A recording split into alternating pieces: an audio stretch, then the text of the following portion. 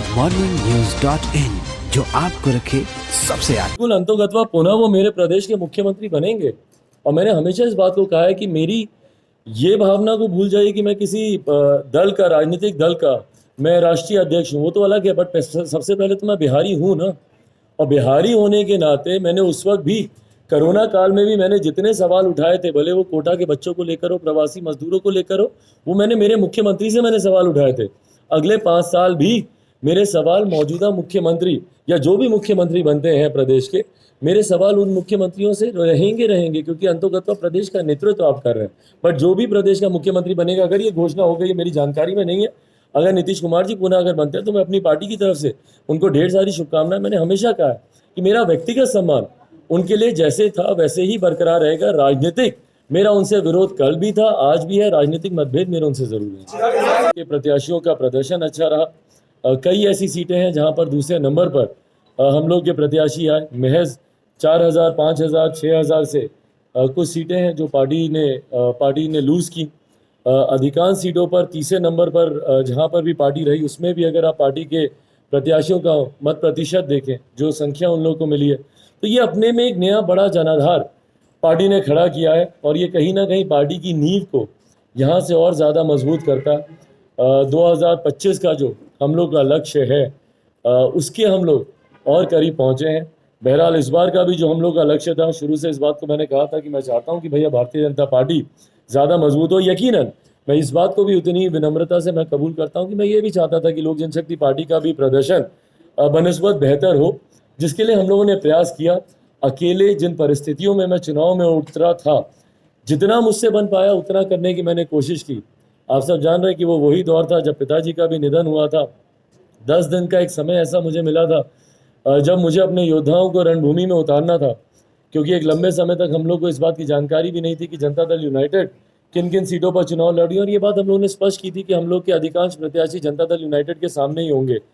एक लंबा समय लगा, क्योंकि कुछ नए गठबंधन एनडीए में जाकर जुड़े, वीआईपी वगैरह जाकर जुड़े, और उसके बाद जिस तरीके से सीटों की जानकारी सामने आई, तो मुझे लगता है 6 या 7 तारीख के आसपास हम लोग को स्पष्ट रूप से पता चला कि किन किन सीटों पर भाजपा चुनाव लड़ रही है और किन किन सीटों पर जनता दल यूनाइटेड चुनाव लड़ रही है। और 8 तारीख का दिन था जब पापा का उनका निधन हुआ, और वही दिन था जब मेरे पास पहली बार ये जानकारी आई भी थी कि किन सीटों पर जनता दल यूनाइटेड चुनाव लड़ रही है, किन सीटों पर लोक जनशक्ति पार्टी को अपने प्रत्याशी उतारने हैं।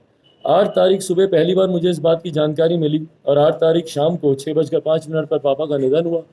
और उसी रात 12, साढ़े 12, 1 बजे के आसपास मैं पहले चरण के प्रत्याशियों की सूची मुख्यमंत्री बने और फिर नीतीश जी को जेल भेजा जाए, क्या ये आप चाहते हैं? देखिए, मैं आज की तारीख में अगर उस पोजीशन में होता कि जहां पर मैं इस बात के निर्णय ले सकता, या मेरे पास अगर उतनी ताकत होती कि मैं अगर इन डिसीजंस को इन्फ्लुएंस कर सकता, तो मैं ज़रूर करता। आज की तारीख में हाइपोथेटिकली जब एक अलायंस के पास, और ये बात मैंने पिछली प्रेस कॉन्फ्रेंस में ही मैंने कही थी स्पष्ट रूप से, कि अगर एक ऐसी परिस्थिति बनती है कि जहां पर भाजपा और जदयू की मिलकर सरकार बन जाती है, तो हम लोग विपक्ष में रहेंगे। तो अगर जब इन लोगों की सरकार बन रही है, तो उसमें तो मेरा कोई से है ही नहीं। आपस में सरकार बनाकर ये लोग किसको मुख्यमंत्री बनाना चाहते हैं, नहीं बनाना चाहते हैं, पूरी तरीके से भारतीय जनता पार्टी के ऊपर डिपेंड है। निधन हुआ तब से लेकर अभी तक मैं आपके सामने ही हूँ। कब आपने देखा कि मैंने इस चीज़ को लेकर कोई चर्चा की हो या कुछ सोचा हो? तो अभी जो सवाल आप पूछ रहे हैं बहुत हाइपोथेटिकल है। अगर सिर्फ मंत्री बनना, सत्ता में रहना ही हम लोग का लक्ष्य होता, तो सबसे पहले तो मैं इस गठबंधन से अलग ही नहीं होता ना। क्यों होता मैं गठबंधन से अलग, आप ही मुझे बताइए। अगर सिर्फ सत्ता में ही रहना, मंत्री बने रहना, आसान राह चुनना, आसानी से लड़कर जीतना, यही मेरा लक्ष्य होता, तो मैं अलग ही क्यों होता। संघर्ष का रास्ता जब मैंने खुद चुना है, अपनी पार्टी को मजबूती देने के लिए, अपनी पार्टी को आगे लेकर जाने के लिए, कम से कम आप सब इतना तो मुझे बधाई देंगे इस बात के लिए कि भैया चिराग पासवान में अकेले इतनी हिम्मत रही कि अकेला रणभूमि में उतरा, लड़ा, मजबूती से लड़ा। मैंने घुटने कभी नहीं टेके किसी भी परिस्थिति में, भले घर में परिवार में क्या हो रहा नहीं हो रहा, उसके बावजूद रोज मजबूती से आकर मैंने चुनाव लड़ा।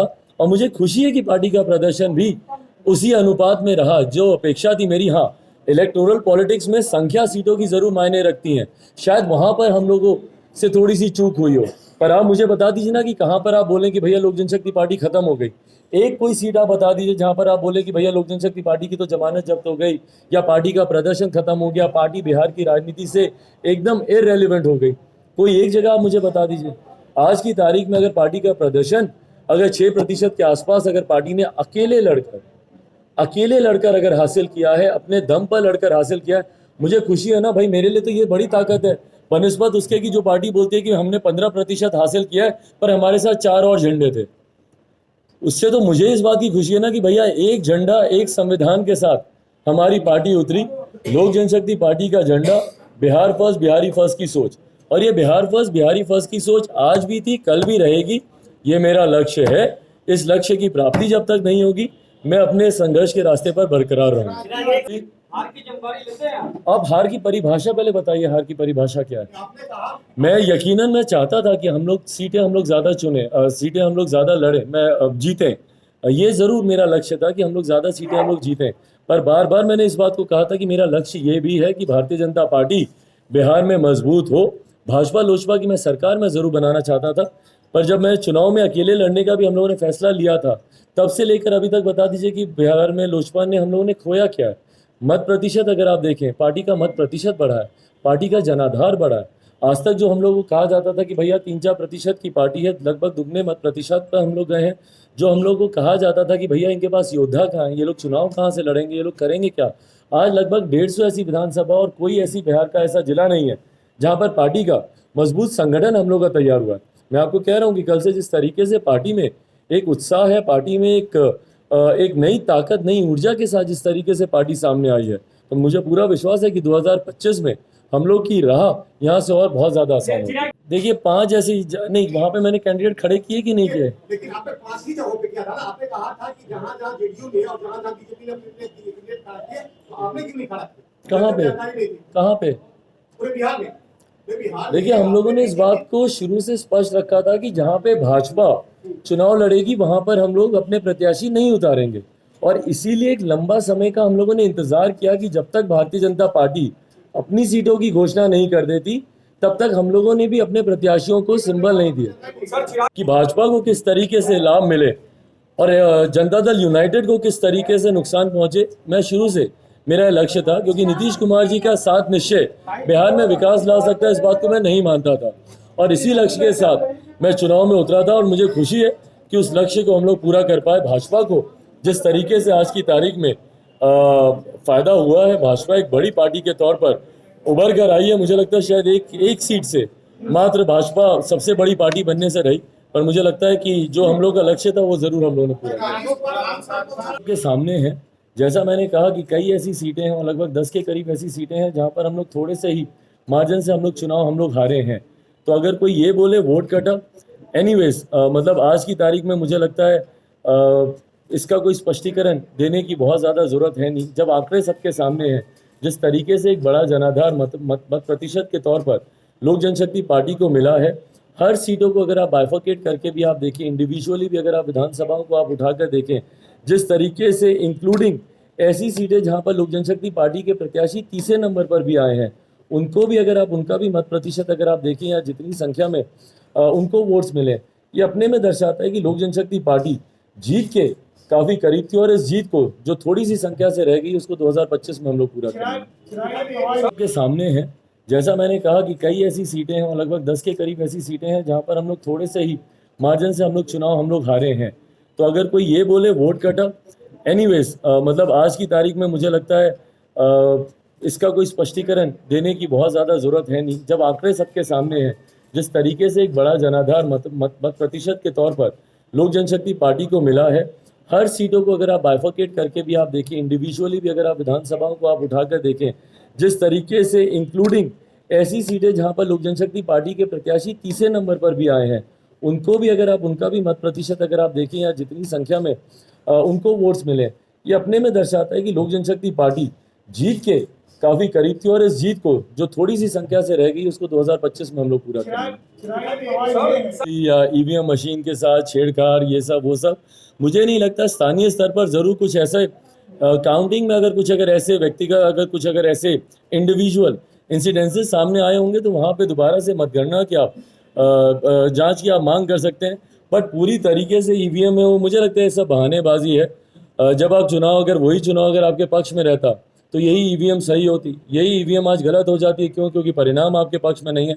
मुझे नहीं लगता कि उन सब चीज़ों में हम लोग को बहुत ज़्यादा उलझना चाहिए है। तो वो सिर्फ और सिर्फ हमारे प्रधानमंत्री आदरणीय नरेंद्र मोदी जी और भारतीय जनता पार्टी जिस तरीके से प्रदर्शन रहा है इनका और जिस तरीके से इन्होंने बाउंस बैक किया है पिछले 2015 के चुनाव में, जिस तरीके से भारतीय जनता पार्टी सीमित हो गई थी, उसके बाद जिस तरीके से विपरीत परिस्थितियों में पार्टी का प्रदर्शन अच्छा रहा, मौजूदा मुख्यमंत्री के खिलाफ इतना आक्रोश होने के बावजूद जिस तरीके से भारतीय जनता पार्टी का प्रदर्शन अच्छा रहा, क्योंकि दोनों गठबंधन साथ ही में थे और उसमें हम लोगों ने देखा कि जिस तरीके से जनता दल यूनाइटेड को उसी नेतृत्व का नुकसान हुआ, बट वहीं पर प्रधानमंत्री जी की वजह से जिस तरीके से भाजपा का प्रदर्शन अच्छा रहा। बधाई के हकदार सबसे पहले भारतीय जनता पार्टी हैं, हमारे प्रधानमंत्री आदरणीय नरेंद्र मोदी जी हैं, और डेफिनेटली यस, विपक्ष ने भी एक कड़ी चुनौती दी है, विपक्ष ने भी कड़ी टक्कर दी है।